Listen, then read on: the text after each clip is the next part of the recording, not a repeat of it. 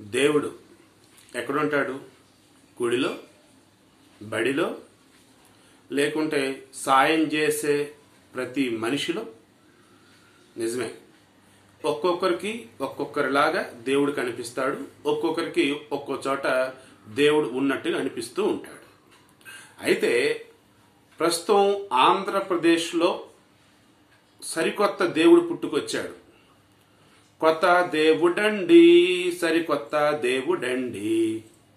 ఇదేదో సినిమాలో విన్నట్టు గుర్తు నాకు. నిజంగానే కొన్ని దృశ్యాలు చూస్తూ ఉంటే ఇలాగే అనిపిస్తూ ఉంది. ఈ విషయంలో నిజంగా జగన్మోహన్ రెడ్డి గారు చాలా చాలా అలర్ట్ అవ్వాలి. మన రాజనీతి శాస్త్రాలన్నీ కూడా కొద్దిపాటి అవగాహన ఉన్నటువంటి నేను మరీ చెప్తున్నా, జగన్మోహన్ రెడ్డి అభిమానులు జగన్ని కాపాడుకోవాలంటే ఈ సరికొత్త దేవుడండి అంటూ జగన్మోహన్ రెడ్డి భజన చేస్తున్నారు చూసారా, వారిని జగన్మోహన్ రెడ్డి గారికి దూరంగా పెట్టండి. ఎందుకంటే ఒక్కసారి మీరు చరిత్రను పరిశీలించండి, అక్కడ అవసరం ఉందా లేదా అన్న విషయం మరిచిపోయి ఇష్టం వచ్చిన రీతిలో భజన చేస్తూ ఉంటే, ఇష్టం వచ్చిన రీతిలో పొగుడుతూ ఉంటే దాని అర్థం ఏంటో తెలుసా? ఏదొక రోజు వీళ్ళే మనల్ని తీవ్రమైనటువంటి ఇబ్బందుల్లోకి నెట్టబోతున్నారని గుర్తు. రాజకీయం అన్న తర్వాత అబ్బో అది ఇంకా పీక్స్ లో ఉండిద్ది. నేనేదో జగన్మోహన్ రెడ్డి అభిమానులనో లేదంటే ఆ పార్టీ వాళ్ళనో ఏదో ఇది చేస్తానని చెప్పారు అనుకుంటారేమో.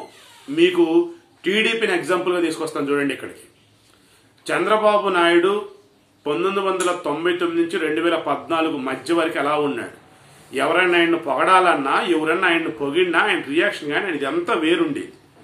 కానీ 2014 నుంచి 2019 వరకు చూడండి, సేమ్ ఈరోజు జగన్మోహన్ రెడ్డి ఉన్నాడు, మొన్న చంద్రబాబు నాయుడు ఉన్నాడు. కాకపోతే ఇప్పుడున్న వాళ్ళు ఇంకొంచెం ఎక్కువ అనమాట, అంతకు మించి. విక్రమ్ సినిమాలో ఏదో ఉంటుంది కదా, 5 సినిమాలో ఏదో చేస్తా ఉంటే ఇదేనా చేయబోతున్నా అంటే వాడు అంటాడు నెమ్మదిగా అంతకు మించి అని ఓ డిఫరెంట్ వేలో. ఇక్కడ అదే కనిపిస్తూ ఉంది. 2014 నుంచి 2019 వరకు చంద్రబాబు నాయుడిని అవసరం ఉన్నా లేకున్నా పొగుడుతున్న వాళ్ళని గనక గమనించినట్టయితే వాళ్ళు రూట్ లెవెల్లో ఏం చేస్తూ ఉన్నారు, వాళ్ళ నియోజకవర్గంలో ఏం చేస్తూ ఉన్నారు, రాష్ట్ర ప్రజల దృష్టిలో వారికి ఉన్నటువంటి ఇంప్రెషన్ ఎలాంటిది ఏంటి, ఇవన్నీ కూడా చంద్రబాబు నాయుడికి తెలిసే. ఆయన ఏ కాడికి వీళ్ళు ఈ రకంగా భజన చేస్తూ ఉంటే ఆ భజన హాయిగా ఇలా చెవి వాడిస్తూ ఉన్నాడు. చివరికి ఏమైంది? చేతుల టీడీపీ అత్యంత ఘోరంగా ఓడిపోవటానికి అటువంటి వాళ్ళే కారణం. ఈ వేలో ఎంతమంది ఉన్నారో ఒకసారి మీరు గతంలో లిస్ట్ తీయండి. చంద్రబాబు నాయుడు ముఖ్యమంత్రిగా ఉన్నటువంటి టైంలో విషయాన్ని సూటిగా కాకుండా ఇడిదిప్పి అడుదిప్పి పొగిడిన వాళ్ళు, వైసీపీ నుంచి టీడీపీకి వచ్చి పొగిడిన వాళ్ళు, మరలా వాళ్ళు టీడీపీ నుంచి వైసీపీకి వెళ్ళిన వాళ్ళు ఉన్నారు ఇప్పుడు కొంతమంది. వాళ్ళు అబ్బో ఇలా చెప్పుకుంటే పోతే బోలెడంతమంది. ఆ రోజుల్లోనేమో టీడీపీలోకి మనం జాయిన్ అయ్యాంరా అంటే చంద్రబాబు నాయుడు ఒకటే పొగడతాం, జగన్మోహన్ రెడ్డి ఒకటే తిట్టడం. ఆ రోజు చంద్రబాబు నాయుడు అదే తప్పు చేశాడు. నేను ఇప్పుడే చెబుతున్నా, చంద్రబాబు నాయుడు ఆ రోజు చేసిన తప్పే. ఎందుకయ్యా నన్ను ఈ రకం పొగుడుతారు, అలా కాదు, ఉన్న విషయం చెప్పడంటే అయిపోయే. జగన్మోహన్ ఆ రకంగా తిడతా ఉన్నారు, వాళ్ళని ఎటకారం చేస్తూ ఉన్నారు కొంతమందిని. అరే అసెంబ్లీ అన్న తర్వాత ఎలా ఉండాలి, చట్టసభలు అన్న తర్వాత ఎలా ఉండాలి, మినిమం సెన్స్ అనేది ఉండక్కర్లా. ఒక ఎమ్మెల్యే అంటే ఎంత ఇదిగా ఉండాలి, ఒక మంత్రి అంటే అంత ఇదిగా ఉండాలి. కానీ 2014 నుంచి 2019 మధ్య ఆ వేలు టీడీపీలు ఉండలేకపోయారు కొంతమంది. ఇప్పుడు వైసీపీ వాళ్ళు గతంలో వాళ్ళు చేస్తే తప్పులేంది, ఇప్పుడు మేము చేస్తే తప్ప, ఆ రోజు వాళ్ళు ఇచ్చారు మేము తీసుకుని ఈరోజు మేము తిరిగి ఇస్తున్నామని వీళ్ళు ఇంకొంచెం ఎక్కువ చేస్తూ ఉన్నారు. అటు ఇటు చేసి వీళ్ళు ఏం చేస్తున్నారంటే ప్రజాస్వామ్యాన్ని అపహాస్యం పాలు చేస్తూ ఉన్నారు. సరే, టాపిక్ వేరే సైడ్ వెళ్తుంది, ముందు టాపిక్లోకి వద్దాం. చంద్రబాబు నాయుడు ఏ రకంగా ఇబ్బంది పడ్డాడు, ఆ రకంగా భజనలు చేసిన వాళ్ళ వల్ల, ఆ భజనల వల్ల నిజాలు మర్చిపోయి ప్రభుత్వాన్ని కానీ లేదంటే ఆయన కోసం పనిచేసిన వారినో పార్టీ కోసం పనిచేసిన వారినో పట్టించుకోకుండా ఇలా భజన చేసిన వాళ్ళని లాస్ట్ మినిట్లో వచ్చేసి ఏదైనా సరే నువ్వేనయ్యా, నీ తర్వాతేనయ్యా, కనిపించే దేవుడు నువ్వేనయ్యా, చంద్రన్న అద్దెనిదిన హడావుడి చేస్తే వాళ్ళకి ఏదో పదవి ఇవ్వటమో లేదంటే ఏదైనా ప్రాజెక్ట్ అప్పచెవటమో లేదు అంటే వాళ్ళకి కూసింత ఈయన బ్లెస్సింగ్స్ ఉండేలా చూడటమో చేస్తే అటు ఇటు చేసి పార్టీ కోసం కష్టపడ్డ వాళ్ళు, ప్రజల కోసం పాటుపడ్డ వాళ్ళు, ప్రతిపక్షాల మీద ఏమంటారు అసలు ఫైట్ చేసి ఇదిగా నిలబడిన వాళ్ళంతా కూడా సైడ్ అయిపోయేటప్పటికి వాళ్ళకి బాగా బాధపడిపోయి, ఇలా కాదు మన విలువ అంటే ఏంటి నీకు తెలియాలంటే మనం సైడ్ అవడం బెటర్ అని చెప్పేసి మొన్న ఎన్నికలప్పుడు నిజంగానే అలా సైడ్ అయ్యారు. తర్వాత టీడీపీ తరఫున ఉన్నటువంటి కొంతమంది లోకల్ లీడర్లు కావచ్చు, లేదంటే నియోజకవర్గ ఇన్ఛార్జీలు కావచ్చు, లీడర్లు కావచ్చు, ఎమ్మెల్యేలు సైతం కావచ్చు, కొంతమంది కొన్ని చోట్ల నిజంగా కొన్ని పనికి మాలిన పనులు చేశారు. అంటే ప్రజలు చచ్చి అనిపించుకున్నాక బిహేవ్ చేశారు వాళ్ళు. దానివల్ల ఏమైంది, ఒకరిద్దరు చేసిన పనులు అటు మొత్తం పార్టీ మెడకు చుట్టుకుంది. అది చంద్రబాబు నాయుడు దాకా వెళ్ళినా సరే ఏం చేశారు, మధ్యలో ఉన్నటువంటి వాళ్ళు దానికి తాళం వేసి అది చేసి చేసేసి ఆయన దాకా ప్రాపర్ వేలు వెళ్ళనీయకుండా చేశారు. ఈరోజు జగన్మోహన్ రెడ్డి కూడా అటువంటి పరిస్థితిలోనే ఉన్నాడని చెప్పడం కాదు, కానీ అంతకు మించినటువంటి పరిస్థితిలో ఉన్నాడని నేను అంటూ ఉన్నా. అసెంబ్లీ సాక్షిగానే వాళ్ళు ఒక్కొక్కరు పొగుడుతూ ఉంటే గుండె లబ్డబ్ అని కాదు జగన్ జగన్ అని కొట్టుకుండిద్ది అన్నప్పుడు సినిమాలో కామెడీ కనిపించట్లే అది. తర్వాత ఏదో సినిమాలో డైలాగులు తీసుకొచ్చేసి ఏడు చెబుతా ఉంటే అది కూడా ఏంటి మళ్ళీ ఎవరో పిఆర్ఓ రాసిస్తేనో, లేదంటే ఇంకెవరో రాసిస్తేనో, లేదంటే వీళ్ళే రాసుకుంటేనో అవి చూసి చదువుతారా? ఒక మనిషిని పొగడాలంటే నువ్వు చూసి పొగడాలా. ఇప్పుడు నేను మిమ్మల్ని మీలో ఎవరో ఒకరిని పొగడాలండి, నా మనసులో అనిపించింది ఆ క్షణం నేను పొగిడేస్తా. నాకు భాష రాదు అనుకుంటే అప్పుడు ఆ భాష నాకు వచ్చిన భాషలో రాసుకొని నేను దాని వేలో పొగిడితే అది వేరు. నాకు వచ్చిన భాషలో నేను పొగడతానికి కూడా బుక్లో చూస్తాను, పేపర్లో చూస్తాను ఉంటే దాని అర్థం ఏంటి? ఎవరో ఏదో రాసిస్తే ఇక్కడికి వచ్చి నేను భజన చేస్తున్నట్టు అర్థం, అవునా కాదా? అంటే నేను ఏదో ఎక్స్పెక్ట్ చేసిన అర్థం. అది ఆలోచించకుండా ముసిముసిన నవ్వులు నవ్వుతూ అమాయకంగా ఉంటే చూసే వాళ్ళకి ఏమనిపించింది, అరే ఇదేదో బాగుందిరా భయ్, నేను కూడా పొగుడతా అన్నా, నేను కూడా పొగుడతానే మనోడిని, ఇలా అనుకుని పొగుడుతా పోతా ఉంటే కొన్నాళ్ళకి పొగడతలే సరిపోతా ఉంటాయి, నిజాలు బయటికి రావు.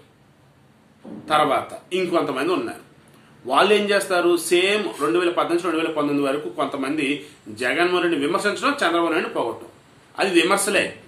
ఏడొచ్చేసి అంతకు మించి అని చెప్పాను చూసారా, అది ఇక్కడేంటి వైసీపీలో ఉన్నటువంటి వాళ్ళు ఏకంగా మంత్రులు. నాకు తెలిసి టీడీపీలో మంత్రులు అంత ఘోరంగా వైసీపీ అన్నారో లేదో నాకు ఐడియా రావట్లేదు. బట్ బూతులు అయితే వాళ్ళు చాలా తక్కువ వాడేవారులేండి, వాడేవాళ్ళు లేదా కూడా స్ట్రైక్ అవ్వటం లేదు. బట్ ఇప్పుడున్న వాళ్ళ ఓరే నాయన ఏ పంచాంగం ఇది, ఎక్కడ ఈ తెలుగు భాష నేర్చుకున్నారు వీళ్ళు, ఏ స్కూల్లో జాయిన్ అయ్యారు వీళ్ళు, అసలు ఏంటి వీళ్ళు ఎంత పెద్ద చదువులు చదివారా, చిన్న చదువులు చదివారా, ఓన్లీ ఇవి మాత్రమే చదువుకున్నారనే వేలో ఒక్కొక్కళ్ళ మాటలు బూతులు వినటానికే కంపరం ముట్టేలా కొన్ని పదాలు ఉంటాయి. చంద్రబాబు వయసు ఎంత, ఈరోజు చంద్రబాబుని ఓరే తురే అన్నటువంటి వాళ్ళ వయసు ఎంత? మేము అనగలమంటారు, మళ్ళీ అంటూనే ఉంటారు, అనలేమంటారు, మళ్ళీ అంటూనే ఉంటారు. మరొక పక్క కులం పేరు పెట్టి, ప్రాంతం పేరు పెట్టి, ఆయన వయసును బట్టి అనరాని మాటలు అంటూ ఉన్నారు.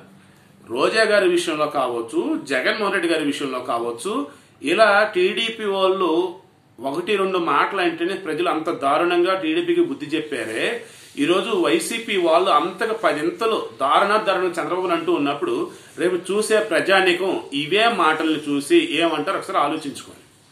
ఇవన్నీ ఒక ఎత్తండి. వీటన్నిటిని కూడా ఒక్కసారిగా మరల్చడానికి జగన్ ఓ అల్లా, జగన్ ఓ గౌతమ్ బుద్ధుడు, జగన్ మహాత్మా గాంధీ, జగన్ వెంకటేశ్వర స్వామి, జగన్ జీసస్, జగన్ దైవదూత. ఏందయ్యా సమస్యలు ఇది? భజన చేయటప్పుడు ఒక అంతు పొందుండే పనిలే.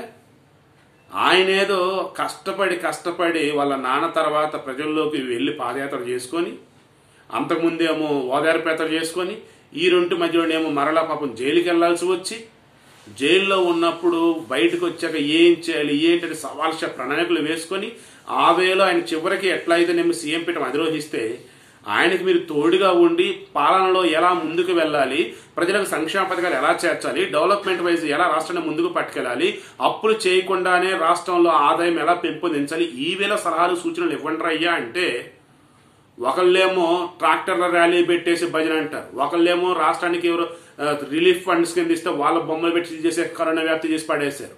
ఈ రోజేమో ఏకంగా దేవుడి యొక్క విగ్రహాలు కానీ ఉత్సవ విగ్రహాలు కానీ తీసుకెళ్ళి చూసారా, ఈ మోస్తుంటారు పల్లకి, ఈ పల్లకిల్లో పెట్టిన విగ్రహాలు పట్టుకెళ్ళిపోతా ఉంటారు.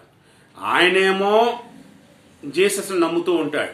ముఖ్యమంత్రి అయ్యటానికి ముందు కావచ్చు, ముఖ్యమంత్రి అయిన తర్వాత కావచ్చు, అన్ని మతాలను పూజిస్తున్నాడు. బట్ వాళ్ళు సతీ సమేతంగా వచ్చినప్పుడు మాత్రమే వాళ్ళు నమ్ముతున్నారన్న వేలో బయట జనాలు అంటూ ఉంటారు. సరే ఆ వేళ రావటం లేదని అనుకుందాం. భారతి గారు చాలా మంచి మనసున్నామే, చాలా మంది నాకు హెల్ప్ చేస్తున్నారు కాబట్టి ఈ మతాల విషయంలోకి ఇట్టి పట్ల ఆమెను తీసుకురావటం భావ్యం కాదు, వద్దు కూడా. సో జగన్మోహన్ రెడ్డి గారు ముఖ్యమంత్రిగా ఉన్నారు కాబట్టి అన్ని మతాల్ని ఒక సమాన దృష్టితో చూస్తారు కాబట్టి ఓకే, అక్కడ కూడా ఆయన కూడా ఆపాదించవద్దు. ఇక్కడ నేను అంటున్నది ఏంటి, సామాన్య ప్రజానికాన్ని అంటా ఉన్నా. ఏమని?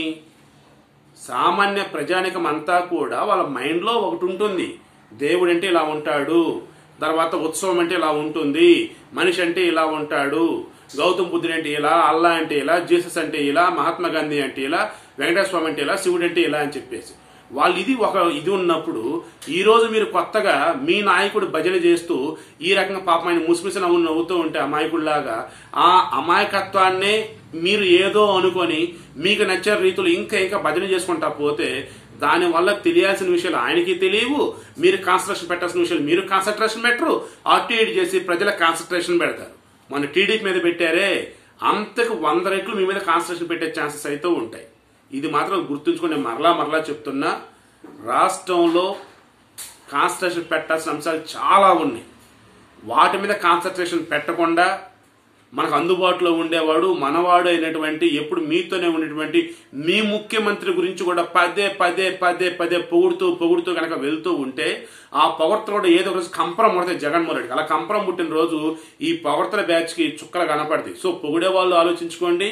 అదేవిధంగా అసలు పొగడ్తలు అవసరమా, ఈ రకం చేస్తున్నారు అని కొంతమంది ఉంటూ ఉంటారు కదా, వాళ్ళ ఒపీనియన్ కూడా తీసుకున్నప్పుడు మీకే అర్థమవుతామంటే ఏది ఏమైనా అయ్యో పాపం వైసీపీ అభిమానుల్లో ఉన్నటువంటి కొంతమంది చేస్తున్న పనుల వల్ల నిజంగానే అయ్యో పాపం జగన్ గారిని వీళ్ళు ఈరోజు ఎక్కడో ఏదో ఇబ్బంది పెడుతున్నారో ఆయనకి తెలియకుండా, అది జగన్మోహన్ రెడ్డి అభిమానులు జగన్ కనుక గుర్తించగలిగితే దాని నుంచి బయటపడతారు. అప్పుడు పొగిడిన బ్యాచ్ అవుతారు అయ్యో పాపం అనుకుంటా.